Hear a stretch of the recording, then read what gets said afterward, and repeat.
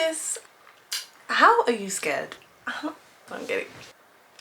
Come on now. Just a very quick encouragement little video. So Google defines evil eye as a supernatural belief, or Wikipedia actually, sorry, a supernatural belief in a curse brought about by a malevolent glare, usually given to a person when one is unaware. I've been seeing a lot of people talk about evil eye, and I'm sure you have as well. I got a problem with it, to be quite frank.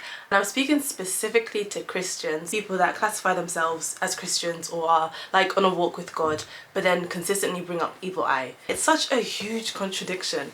And yeah, I just wanted to speak about that because, girl, things are getting very much out of hand when it comes to evil eye. But what you'll usually see on social media or even just in conversations with people, they'll say something like, oh, I would never speak about my plans, my future plans, my aspirations and my dreams because of evil eye. Now, I don't feel like there is anything wrong in not sharing or not wanting to share your plans or your dreams and your ideas. I am also someone that doesn't really do that, just because I just prefer to do it and then if I want to tell someone after or tell my friends after, then I will. But I am just one of those people, and I feel like people can also relate to this a lot. You have an idea and you're just so engrossed in like trying to execute it that there isn't really a desire to like share it with people.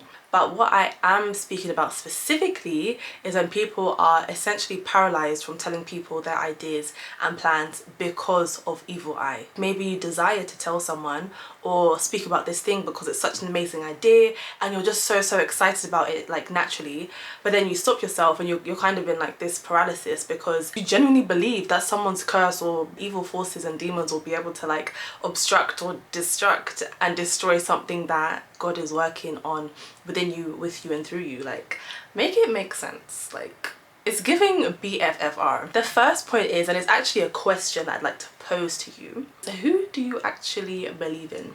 We are dealing with such opposite, contradictory forces when we're discussing evil and goodness. So let's just say God and the devil.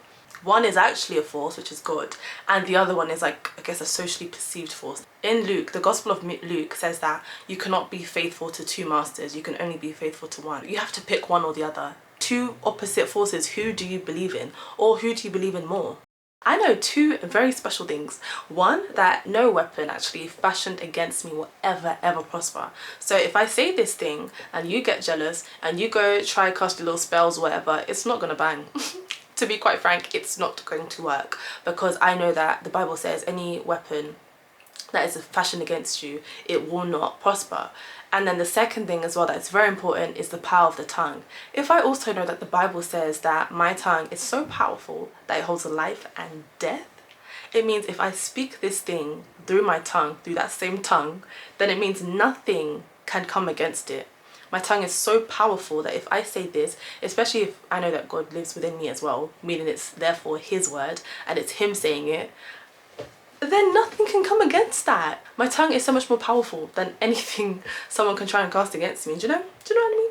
So yeah, I think that's the main question I have for the first point, is who do you believe in? Do you believe in God, or do you believe in the devil's power? You do know that the devil has zero power, he has zero authority. Why would demons be fleeing if they had authority? Make it make sense. Another very important point to consider is that your commitment and your conduct are not congruent. If your reason for not saying things is because of evil eye, girl, we gotta check our commitment and our conduct. And what I mean by this is that if we say we're committed to God, our conduct is not matching up with that. The things that we're doing, our actions, are not matching up with that if we're being paralyzed by the thought of evil eye. If we're starting to become paralyzed by the thought of evil eye, it's because we're scared, you know? If you're to break it down and unpack it, it means we're just kind of scared that if we say this thing, then someone might cast something against us or be jealous or try and, you know, sabotage it in whichever way. But that means you're literally operating in fear, and we have not been given a spirit of fear. The Bible says we are not meant to live in fear. We do not operate in fear. We are not meant to do things, we're not meant to exist in a framework of fear. That cannot be our framework, y'all. Like, if we're fearful of anything, it's because the devil has planted that. God, he does not operate in fear.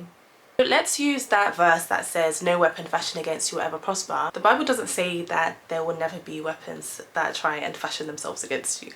Oh yeah, they will.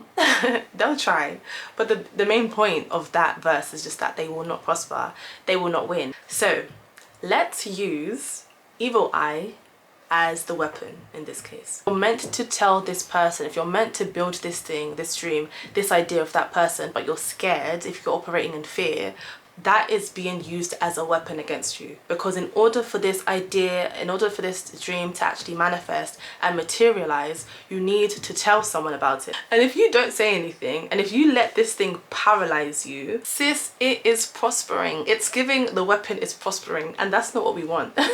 So the second thing I just want to discuss is how sometimes speaking about your plans and ideas, etc., can actually be beneficial to you. If you discuss this with that person, I feel like it can actually sometimes make the idea seem a lot less scary. We can get so wrapped up in our thoughts to the point that we start thinking this thing is impossible.